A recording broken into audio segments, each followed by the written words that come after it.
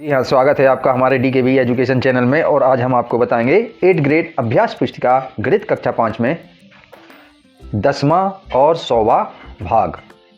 जी हाँ, अध्याय 10, 10वां और 100वां भाग। हाँ, तो अब 10वां अध्याय हम शुरू करते हैं। प्रश्न शुरू करने से पहले हम आपसे यह कहना चाहते हैं कि यदि आपने हमारे चैनल को सब्सक्राइब नहीं किया है तो कृपया चैनल को सब्सक्राइब कर दें और बेल आइकन को प्रेस कर दें ताकि आने वाली वीडियो का नोटिफिकेशन आपको मिलता रहे।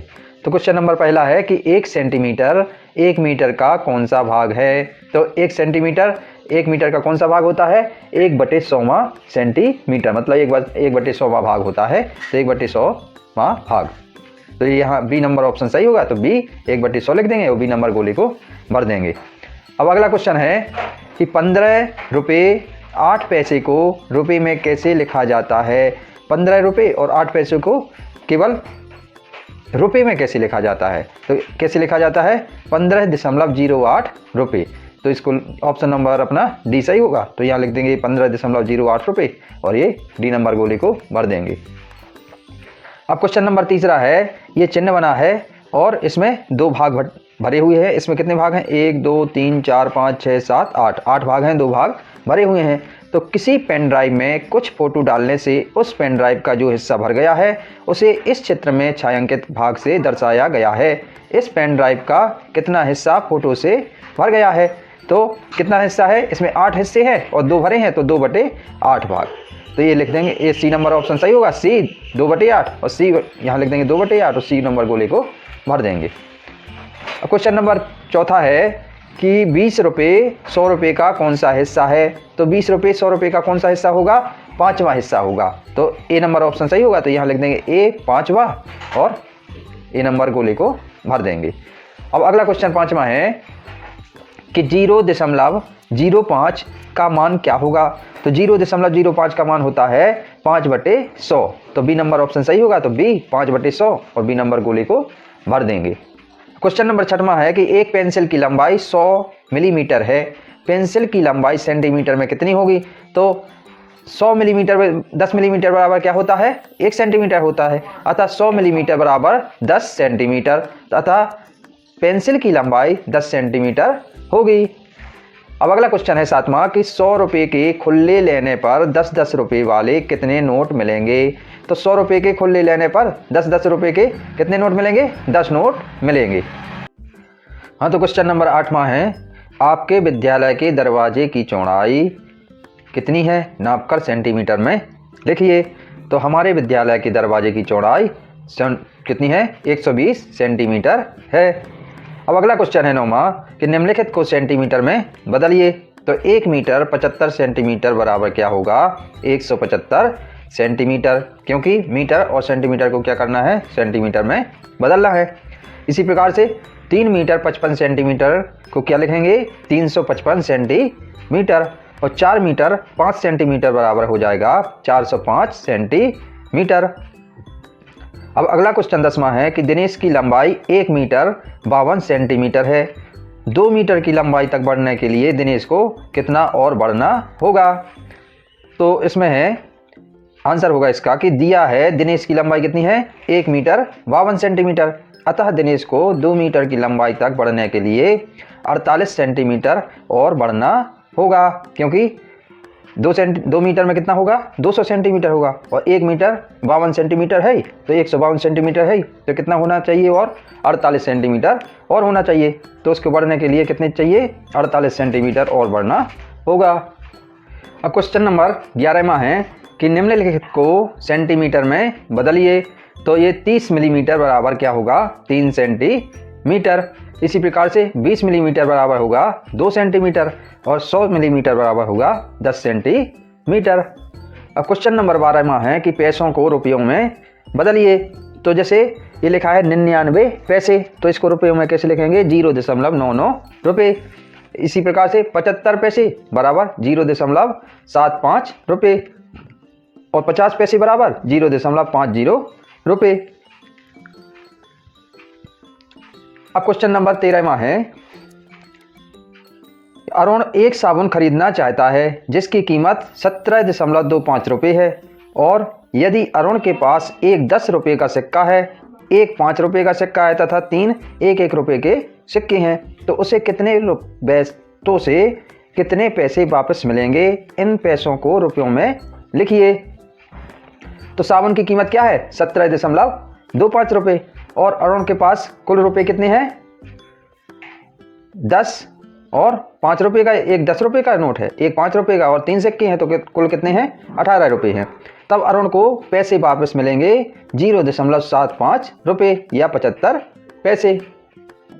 अब क्वेश्चन नंबर 14वां है कि दिए गए चित्र में स्केल की सहायता से मोमबत्ती 1 और मोमबत्ती 3 की लंबाई नापकर उनमें अंतर ज्ञात कीजिए।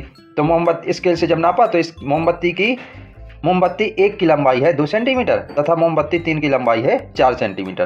तब इनमें अंतर क्या होगा? 4 - 2 सेंटीमीटर बराबर 2 सेंटीमीटर। अब क्वेश्चन नंबर 15वां है कि निम्नांकित चित्र में हर खाना चित्र का 1/100वां भाग है। चित्र के आधार पर निम्नांकित प्रश्नों के उत्तर दीजिए। तो ये क्या है? एक चित्र बना हुआ है। तो इसमें कितने हैं? इसमें 100 वर्ग बने हुए हैं और प्रत्येक वर्ग अलग अलग कोई लाइनों से, कोई बिंदियों से, कोई रंग से भरा हुआ है। तो इसमें बताना है कि किस प्रकार से कितना है, क्वेश्चनों के आधार पर बताना है। तो इसमें है कि इस प्रकार ये जो आकृति है, इस प्रकार से छायांकित भाग पूरे चित्र का कौन सा भाग होगा? तो कितना भाग होगा? ये होगा 23/100वां भाग। अब दूसरा क्वेश्चन है, इस प्रकार से छायांकित भाग पूरे चित्र का कौन सा भाग होगा? जो ये डॉट डॉट बिंदी बनी है, तो इस प्रकार से कौन सा भाग होगा? तो ये होगा 12/10वां भाग। इसी प्रकार से इस प्रकार से छायांकित भाग पूरे चित्र का कौन सा भाग होगा? तो ये हो जाएगा 15/100वां भाग। और ये खाली है, इस प्रकार का भाग पूरे चित्र का कौन सा भाग होगा? तो ये होगा 23/100वां भाग। अब ईमा क्वेश्चन है कि 27/100 भाग किस प्रकार से छायांकित है? तो ईमा का होगा, ये गोला है, ये वर्ग बना है और इसमें ये इस प्रकार से लाइनों वाला भाग होगा, वो 27/100वां भाग है। अब क्वेश्चन नंबर 16वां है कि निम्नांकित सारणी में दिए गए उदाहरण अनुसार रुपये के हिस्से कर सारणी पूर्ण कीजिए। तो जैसे 1/4 रुपये है, तो इसको क्या लिखेंगे? 25 पैसे। इसको ये लिखा है 0.2 रुपये पैसे में और फिर रुपयों में बताना है। इसी प्रकार से सारणी पूर्ण करना है तो 1/2 रुपये मतलब 50 पैसे, तो ये आ जाएगा 0.50 रुपये। इसी प्रकार से 3/4 रुपये, तो ये आ जाएगा 75 पैसे, तो यह आ जाएगा 0.75 रुपया। और इसी प्रकार से 1/5 रुपया मतलब 20 पैसे और ये आ जाएगा रुपये में 0.20 रुपया। 1/10 रुपया, तो ये आ जाएगा 10 पैसे, तो ये आ जाएगा रुपये में 0.10 रुपये। और 1/20 रुपया मतलब 5 पैसे, तो ये आ जाएगा 0.05 रुपया। तो इस प्रकार से हम इस सारणी को पूरा कर देते हैं। अब क्वेश्चन नंबर 17वां है कि 20 रुपये के एक नोट की लंबाई और चौड़ाई का अंदाजा लगाइए, फिर इसे नाप कर अपने अंदाज और वास्तविक मान का अंतर ज्ञात कीजिए। तो 20 रुपये के नोट का अंदाजा लंबाई क्या है? 18 सेंटीमीटर और चौड़ाई है 9 सेंटीमीटर तथा वास्तविक लंबाई जब नापी गई तो उसकी लंबाई है 13 सेंटीमीटर तथा चौड़ाई है 6 सेंटीमीटर। तो इनकी माप में अंतर क्या होगा? लंबाई में 5 सेंटीमीटर और चौड़ाई में हो जाएगा 3 सेंटीमीटर का अंतर हो जाएगा।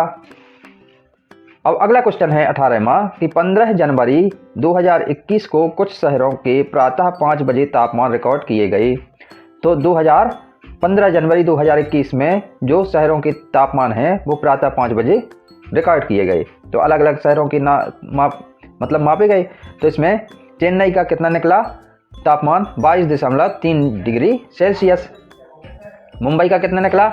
20.0 डिग्री सेल्सियस। और भोपाल का 11.2 डिग्री सेल्सियस और श्रीनगर का 1.7 डिग्री सेल्सियस। तो उपरोक्त तालिका के आधार पर निम्नांकित प्रश्नों के उत्तर दीजिए।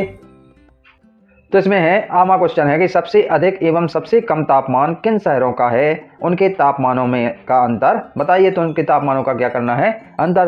तो ये है, इसका आंसर होगा कि सबसे अधिक तापमान चेन्नई में 22.3 डिग्री सेल्सियस तथा सबसे कम तापमान श्रीनगर में 1.7 डिग्री सेल्सियस है। तब इनके तापमान में अंतर क्या होगा?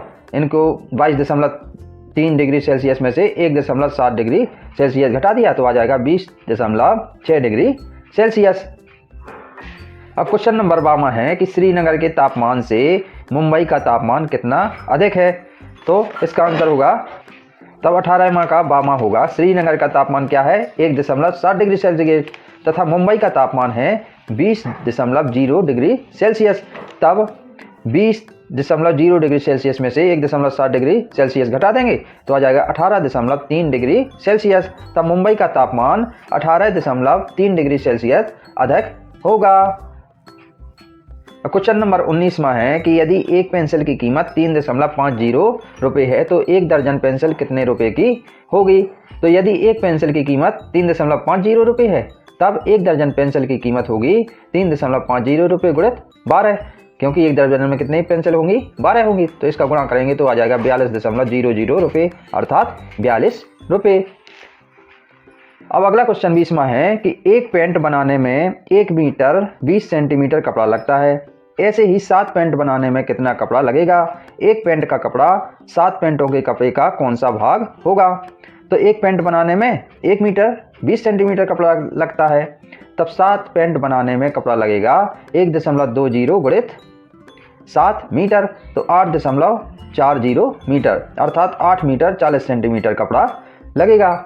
अब एक पैंट का कपड़ा 7 पैंटों के कपड़े का 1/7वां भाग होगा।